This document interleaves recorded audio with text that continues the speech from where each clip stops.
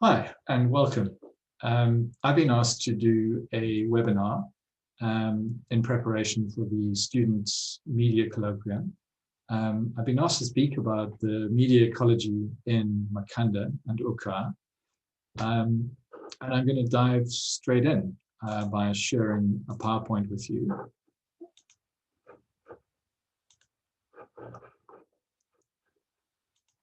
Okay, so mapping the media ecology of Uka, Makhanda.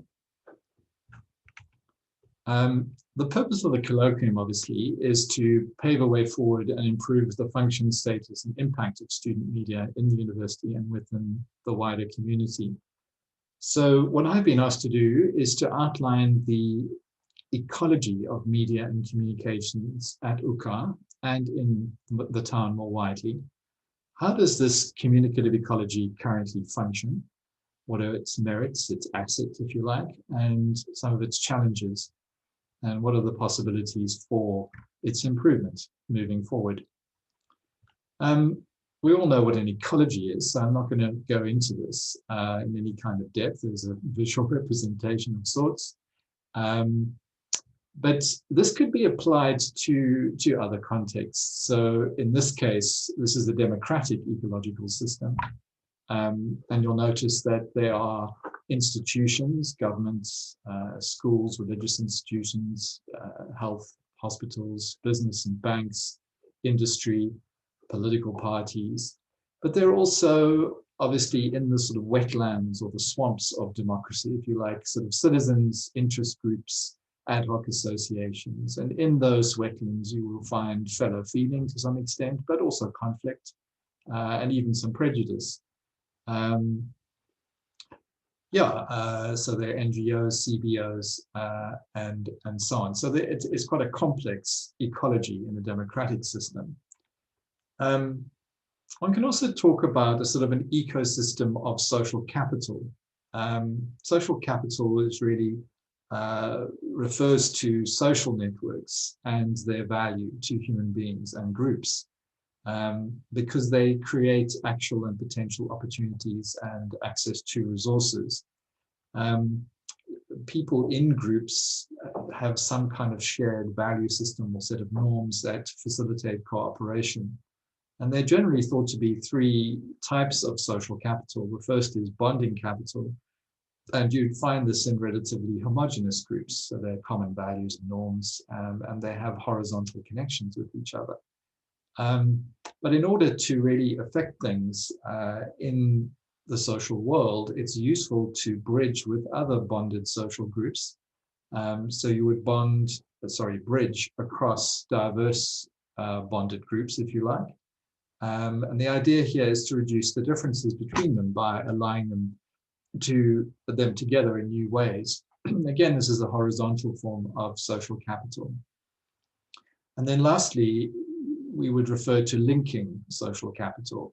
The idea here is that citizens link vertically to elite institutions. And this, the theory goes, should allow all groups to prosper by making the right connections with the institutions of the state, but also the market that can offer them support, resources, opportunities, and influence. So I suppose, it's a useful typology because it begs the question, do we have strong bonding, bridging, and linking social capital in South Africa? Do we have that in Makhanda? And indeed, do we have that on our university campus? These multiple systems are seen, as I say, as an ecosystem where all parts need to be connected if the system is to operate effectively. So there's supposed to be reciprocity, social obligations, which are convertible, sometimes even into economic resources, economic capital. So the idea is to facilitate the resolution of collective action problems, problems we share as citizens together. One of the problems in our country is that vertical linking capital is very weak, and it's weak in our town as well. We know we have a sort of local crisis in local government, but we do have some horizontal capital. Here's a kind of visual representation of those different kinds of social capital with the bonded groups sometimes bridging with each other, And here's where the deficit is really between these bonded and bridged groups with the state or the market. Okay, so this is where we live. That's an aerial view. These were the apartheid era designated areas under the Group Areas Act. And to some extent, those boundary lines still obtain in large measure today. Obviously, another way of looking at Makhanda or Uka is to think of ourselves as a community. What is a community? Benedict Anderson looked at this in relation to nation states, and he wrote a famous book called Imagine Communities, which is an analysis of nationalism. So the nation is constructed, socially constructed as a community, imagined by the people who perceive themselves as part of that group. And obviously this can obtain then to smaller geographical communities within the wider nation. The media is implicated in this as well, creating imagined communities, nurturing them through targeting a mass audience or generalizing and addressing citizens as the public. And obviously, as I say, this operates at a national, regional, and local level, often tied to geography, but they are also communities of interest, which, of course, as well, breach national boundaries, and you have global communities of interest. So, again, it begs the question, do we have a shared imagined community at Uka? And if so, what is that community? And do we have one in Makhanda? We have a geographical space called Makhanda, but do we have a shared imagined community? So at Uka, we've got, what have we got? We've got senior admin, we've got academics, we've got white collar staff, blue collar staff, we've got many students, many of whom are transitory, although increasing numbers of Rhodes students are from Makhanda, possibly as much as many as 10%. There's obviously, the university being the smallest university in the country faces a lot of economic pressure. We don't have the economies of scale that other universities have. Our rankings are slipping. There is, you could say, a kind of middle class flight from the university. A lot more of our students are working class in their background. Our fees must fall in post reference list public sphere, you could say, is fairly weak. The student press, in particular, during the protests around 2016, were quite strong and did a pretty good job of covering those protests. But since then, I think, the story has been slightly different, which is part of the reason, I think, for this colloquium. Is Makhanda a community? Well, Makhanda is suffering multiple crises. There's a very small middle class here. There's no industrial base. There's a very small working class and a very large unemployed class, if that's a class, large number of unemployed people. We have a current COVID-19 crisis, the breakdown of local government service delivery, political centralization, patronage, corruption, polarized politics, and social life is polarized too, along the lines of race, class, ethnicity, language, etc. And as I said before, a large number of unemployed, poverty, poor education systems, public education systems, although ours isn't the worst, and is in some respects the best in this province. And then, of course, the relationship between Uka and the wider community. A lot of students pass through for 3 or 4 years, they're transient. A lot of academics are transient as well. So the levels of social capital as a result of that in the wider community are perhaps affected, perhaps lower than in some communities where people stay for a lifetime. Obviously, a lot of people do stay for a lifetime, but a lot of people don't. The communicative ecology, okay, so we've been talking about the democratic ecology, we've been talking about social capital within that democratic ecology. What about communication? Communicative ecology is a concept that refers to the network of communication connections that groups or individuals depend upon to reach a goal. There are a wide range of communication activities that link individuals, groups, and institutions to a specific community. It's an asset-based approach, so it's really in the realm of sort of communication for development and social change. It tries to recognize that there are many information and communication channels and flows, and examines how new ICTs articulate with more traditional ICTs. So how do different media serve different purposes, and how do they combine in people's everyday lives? I think it would be really interesting to do this as a research project to look at the communicative ecologies of citizens in our community. We have attempted to do that. We haven't crunched that data yet, but it is interesting to see that there is a very nuanced combination of new ICTs with older forms of communication, meeting people in churches, in taxis, communicating through older media like radio and so on, together with obviously newer forms enabled by the internet. Communicative ecology mapping can demonstrate who are included in and excluded from which flows of information and communication channels, and how geography, distance, and cost can influence that communication. So essentially, the way that communicative ecology theorists map out a communicative ecology is to look at three layers. So the first is the technological layer. So what are the platforms and what are the technologies that are used for people to communicate with each other? And of course, face-to-face communication is part of that. But of course, there are many new technologies that have emerged in the recent past. The social layer, so what are the social networks? We looked at different kinds of social capital that people have: bonding, bridging, and vertical linking social capital. What kind of social networks do we have in a community? How do they engage with each other? And what is the permeability of those social networks? Are they exclusive? Are they open? And so on. And lastly, the discursive layer. So what's happening in these with this technology and in these social layers is that you're having a circulation and exchange of knowledge, ideas, images, and stories. So what is the actual content of the communication?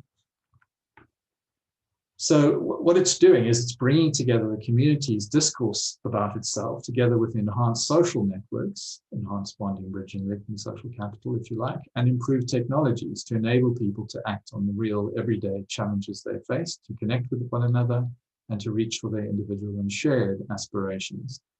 And these layers are dependent on each other and they influence each other. If you have good technology, it enables social networks and better discourse, and so on. So let's look at the social or civic layer, if you like. You've got bonding, bridging, linking social networks, the connections with and between people, communities, organizations, and community leaders. Obviously, this is strongly influenced by factors like class, race, gender, culture, language, and other social cleavages.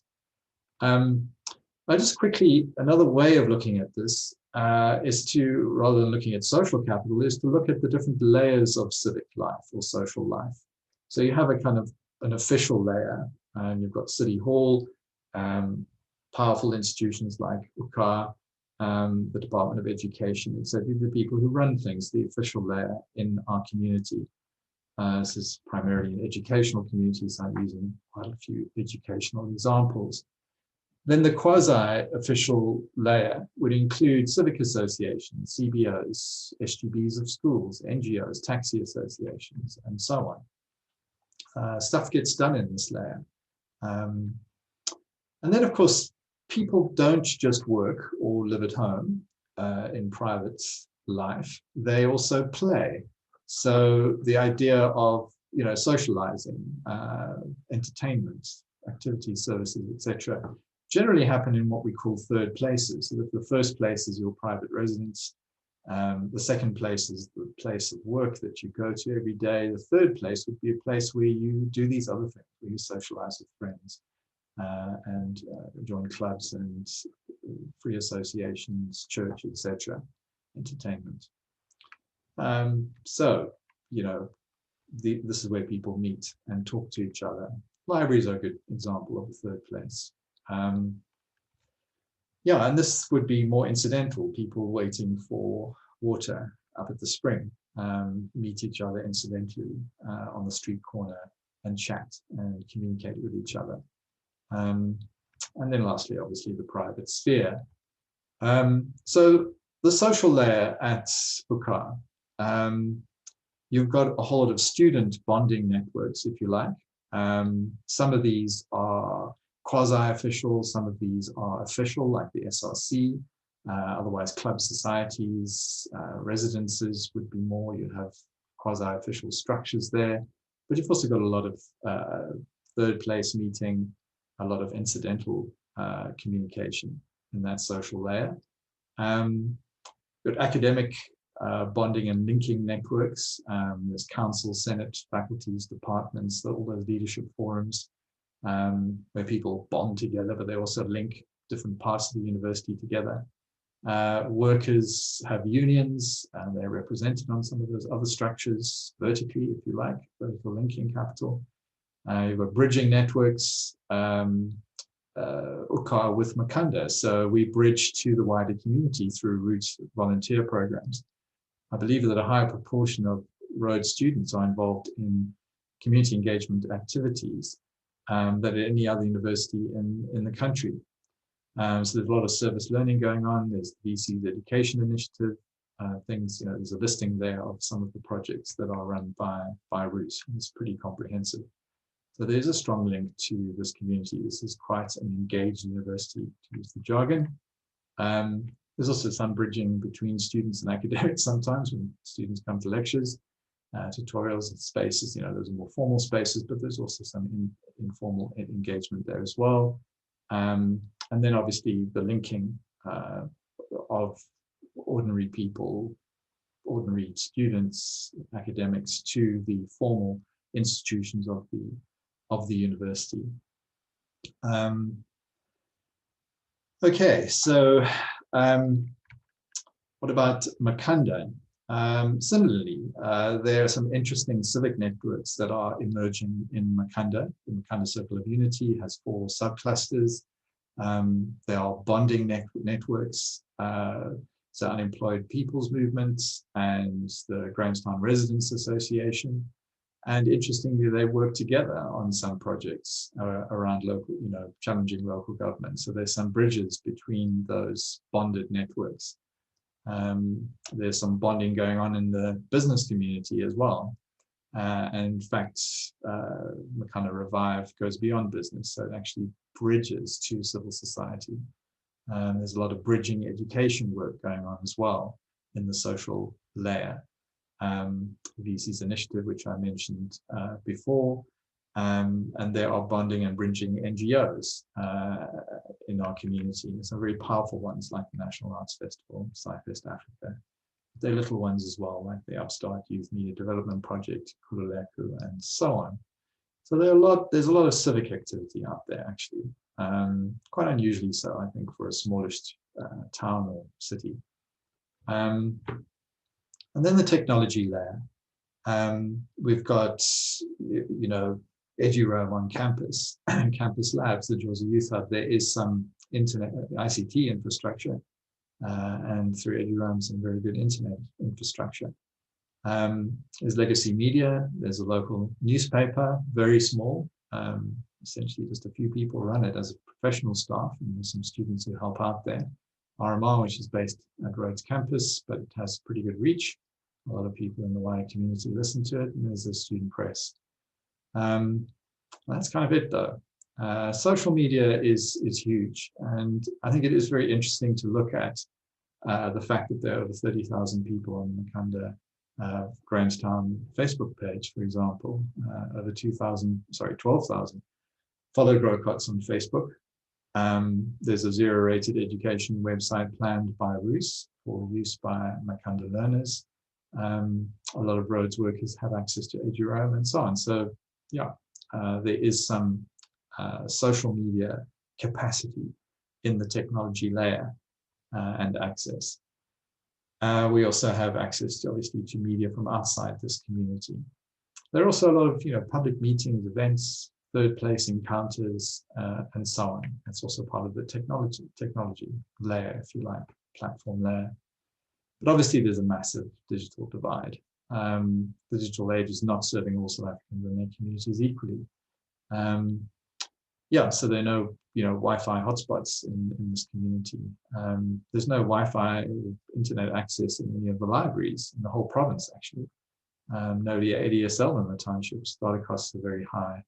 And actually quite a small sprinkling of legacy media organizations, actually. A couple of blogs. People aren't really producing information in an organized way. A lot of it is social media activity. And then lastly, the discourse layer, the circulation and exchange of knowledge, ideas, images, and stories in social networks. What is the actual content of that communication? Well, I'm not going to answer that because that would take a lot of analysis to do, but I'm putting that out there as a kind of rhetorical question. But, what do students speak about on the social media and legacy media platforms on campus? How do they speak about these things? I mean, do they speak about what it's like to be a student at UCA, the quality of life, quality of their education, their well-being, safety, interpersonal relationships, entertainment, sport, interests, hobbies, institutional culture at UCA? I don't know. Maybe a combination of those things and more besides. What is the tone of that communication? Is there a kind of a Ubuntu communitarianism about the way that things are shared? Is the public sphere bifurcated? Is it open and inclusive? And are any of these student discourses leading to a realization of their own agency and helping to affect change in the real world effectively? Those maybe are some of the things that a discourse layer analyst might want to answer.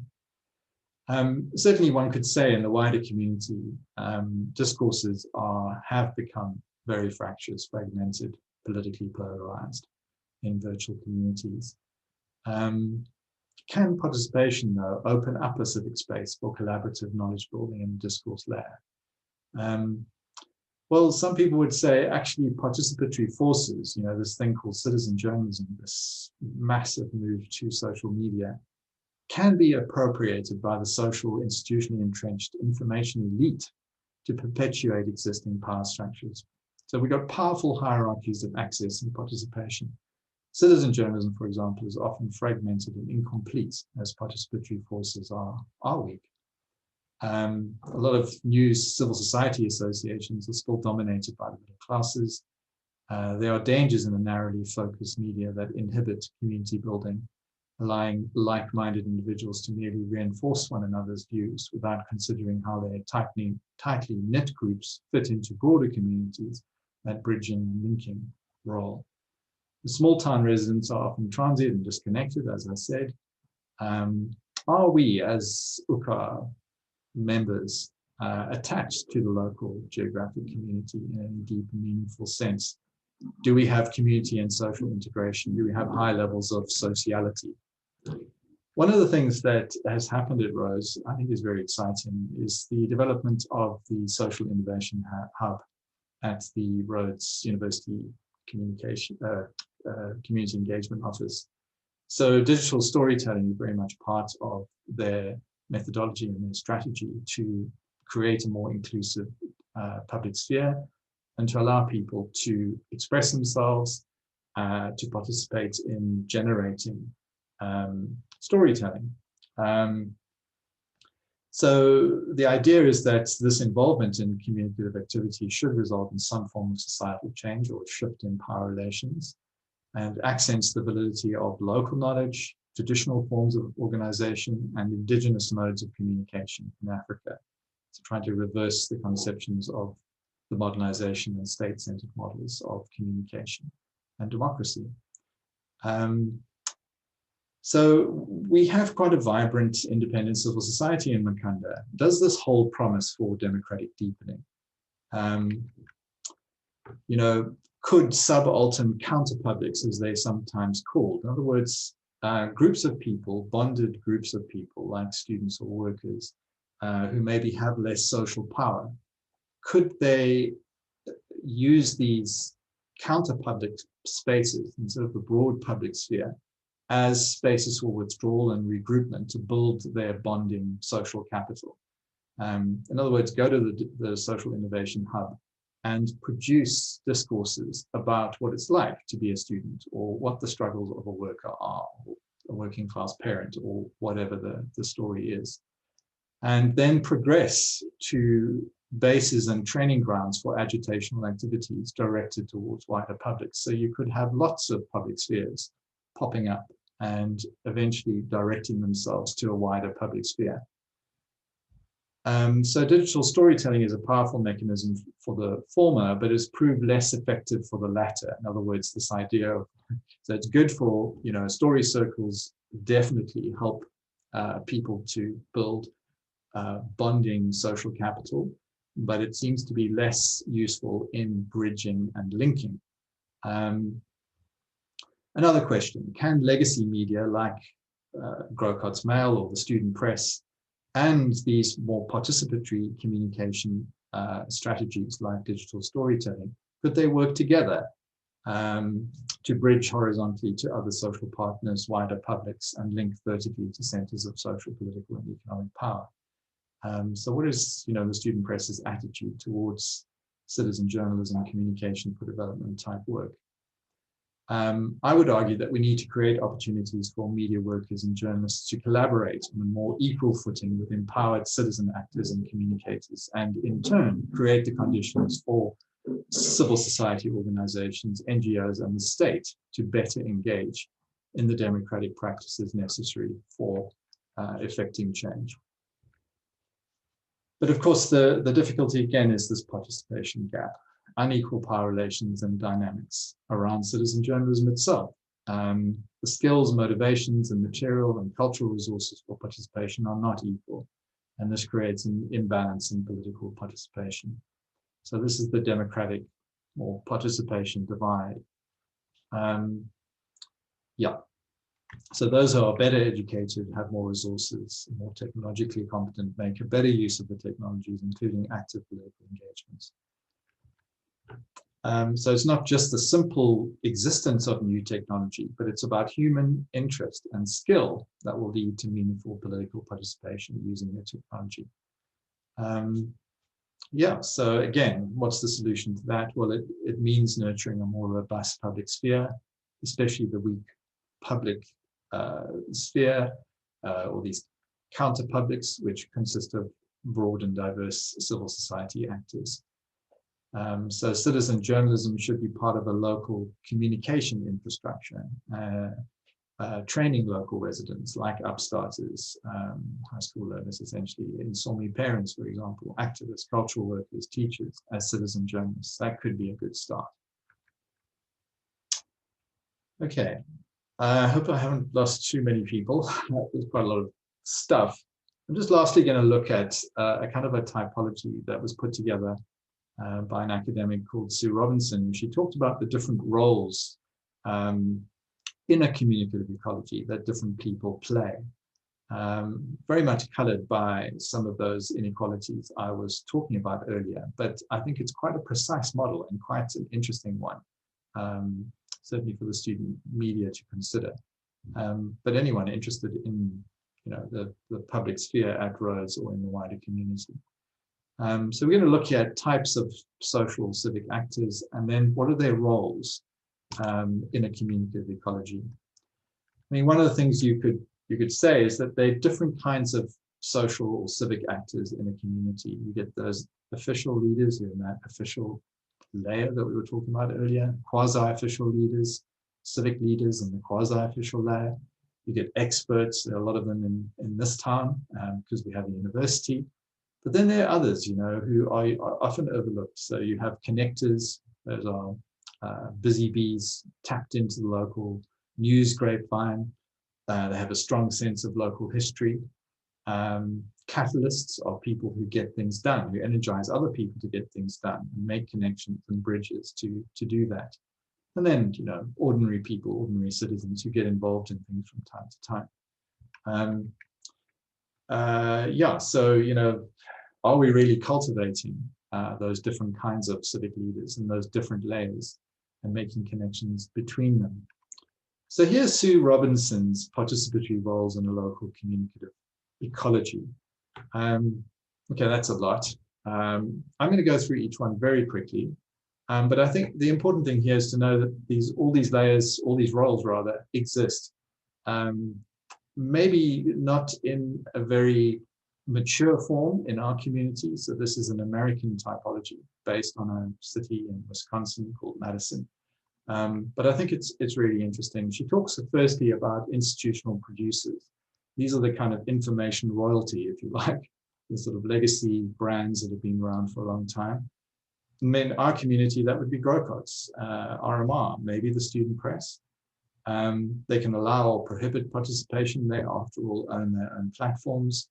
But it's more than them. It's, government, churches, civics, university, National Arts Festival. They host their own information exchange. They have power. They're institutions with powerful ability to create and distribute information.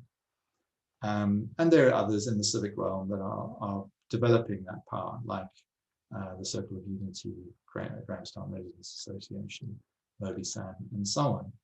And sometimes this is the layer that I think is missing in our society. You get individual institutional producers. So you will have individual journalists who carry the brand torch via their own participatory platforms.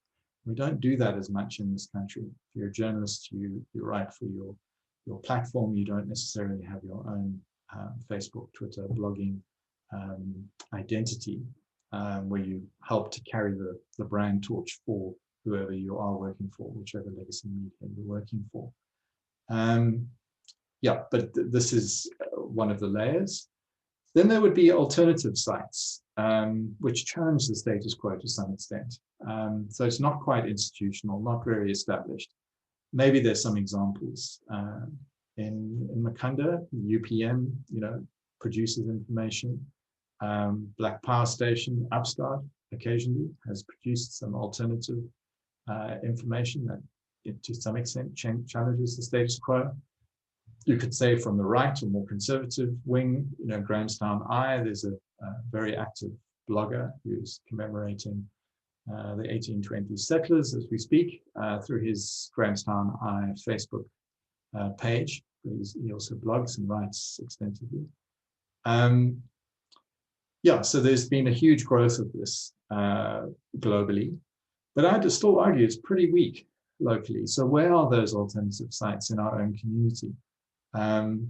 And in this regard, should we see the student press as an institutional producer or as an alternative site? I'm kind of arguing that maybe it should be here in the alternative site, because it is, after all, representing a subaltern public, a public with less social power. Students don't have the same kind of social power that other players in the institution of WUKA, but also the wider community might have. Then you have network facilitators, and these are really just Google, Facebook, Twitter, Instagram. We have no control over these people or these platforms. They're maintaining a network through aggregation and algorithms. It's all very automated. But they are the network facilitators, if you like. And these community bridges it's an interesting category. These are individuals or entities who circulate in multiple groups within the overall information network and who have the capacity to broker relationships. I was talking about connectors and catalysts earlier. So where are connectors and catalysts in this community, and how are they communicating, and what platforms are they communicating? So the beauty of community bridges is that they can prevent a situation when you have silos of conversation dominating, where they forge connections, where they were none. Maybe the Makhanda Circle of Unity is trying to do that, but that's still a fairly rarefied layer of leadership in this community. I'm not sure that it's really building those bridges at a deep community level. Then you have niche networkers. These are influencers, and I think we have quite a lot going on around this. So specific topics or special interests, key influencers would participate in information production. Sometimes they can be community bridges, but actually very often they aren't. They're very much in a silo, interested in a specific topic or way of seeing and framing that topic as well. They operate at the micro level, make use of all the digital platforms available, and tend to be prolific across the information exchange platforms around a particular issue. So there are a couple of examples in terms of our local activists down here. And then lastly, issue amplifiers. And I think most engaged citizens are in effect issue amplifiers. These are people who link or share public affairs data on their Facebook pages, Twitter feeds, or any other social media, but who are not regularly producing content around a specific topic like the niche networkers might be doing.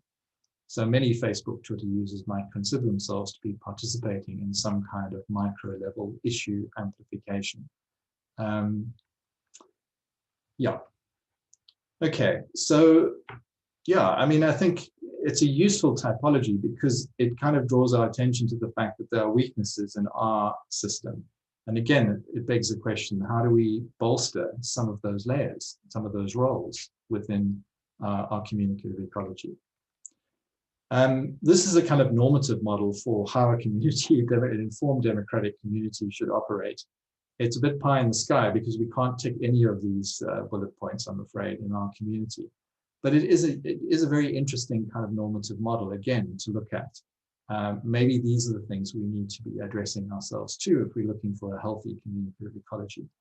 I'm not going to read for them all, through them all, but yeah, as I said before, I don't think we have a lot of this. And I think we need all of these bullet points tick boxed to really call ourselves a healthy communicative ecology. These are just a couple of models that are being developed by what are called engaged journalists. So people who are in journalism, but they're interested in what's going on in communities, and they're interested they're interested in citizen journalism, they're interested in how citizens are communicating, and they try to create this kind of engagement zone between formal journalism and what communities are up to. Yeah, and then lastly, I really should stop because I think I'm over time, but I thought it might be useful also to look at what counts as public and what counts as private information. You know, what is journalism for, and should we ignore more personal stories, personal writing and conversations? And this is being blurred, obviously, in the age of social media. But these are important expressive voices of citizens, and maybe that's the first step towards a more deliberative or participatory approach to civic life, if you like. So aimless personal writings and conversations may well lead to the recognition and acts on serious social, political, and economic issues. Yeah, so when citizens are let go of the stringent requirements of the rational, deliberative public sphere, they can unleash their participatory power. And I think this is where student journalism maybe needs to focus more attention on those lower level, those roles that are further down in the sort of layers of civic life, if you like. So we need riled up citizens. We maybe don't need to just reproduce Rhodes Conventions, but we do need personal stories which democratize journalism and allow us to hear previously unheard aspects of human life. Good personalized stories are not only emotional, but also logically tight, and they present a fresh perspective on any given issue. You know, should we be confining ourselves to the dogma of the trustee watchdog journalism that focuses on guiding citizens through information? Citizens' personal storytelling can be fun, dramatic, illuminating, authentic as well. Yeah, so these are sort of challenges, I guess. I mean, they're new to journalism in this particular context. There are other forms of credibility other than objectivity, for example. So, for example, transparency, interactivity, helpfulness, informality. Maybe these are more valued by citizen audiences, publics, than what we imagine, you know, we ought to be doing as journalists. And maybe this leads more into a discussion of the role of the student press rather than the Makhanda ecology. Yeah, I think that was really it. But, you know, to go beyond democracy as well, you know, that communication isn't just about democracy and citizenship. journalism should play a more important role in the domain of everyday life, individuals' identity building, emotional management and consumption, and lifestyle guidance. You know, lifestyle journalism serves a role. Service provider, life coach, community activist, entertainer, etc. The majority of the journalism people consume, after all, is for fun, entertainment, and time passing. And maybe we need to loosen some of the strictures, you know, on our conception of, because I have been talking about democratic ecologies, community ecologies for healthy, you know, civic life and all of that. But this stuff is also really important. Okay, I think I'm going to leave it there. I hope some of this has been valuable in some way to your deliberations, and I wish you well with your colloquium, and will be listening in with interest.